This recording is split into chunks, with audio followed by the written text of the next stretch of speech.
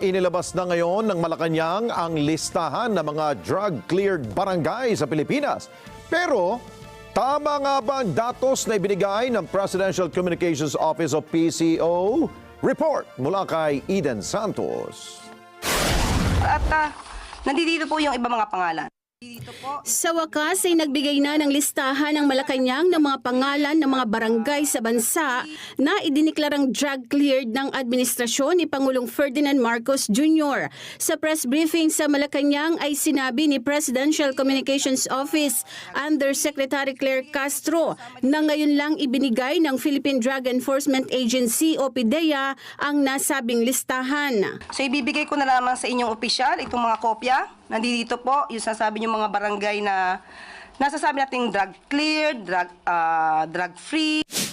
Hawak na natin ngayon yung listahan ng mga pangalan ng drug cleared na mga barangay nationwide ayon sa Presidential Communications Office o PCO sa pamamagitan ni Undersecretary Claire Castro. So tiningnan natin yung mga listahan.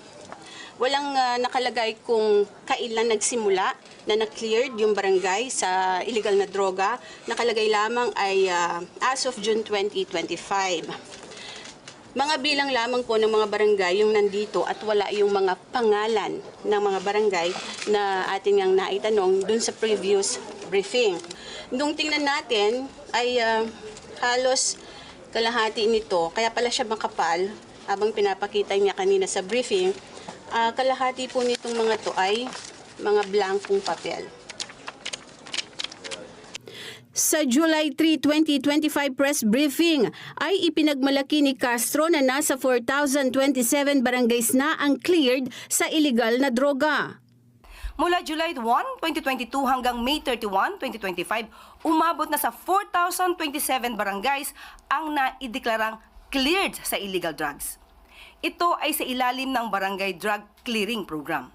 Pero taliwas ito sa bilang ng mga barangay na nakalagay sa ibinigay na kopya ni Castro mula sa PDEA. Sa datos ng PDEA as of June 2025, nasa 25,061 barangays ang drug cleared sa buong bansa. Bukod pa ito sa mga barangay na idiniklarang drug-free ng PDEA. Napakarami po at hindi ko po ito mababasa sa inyo. Mauubos po ang araw natin kung mabasahin ko sa inyo bawat isa.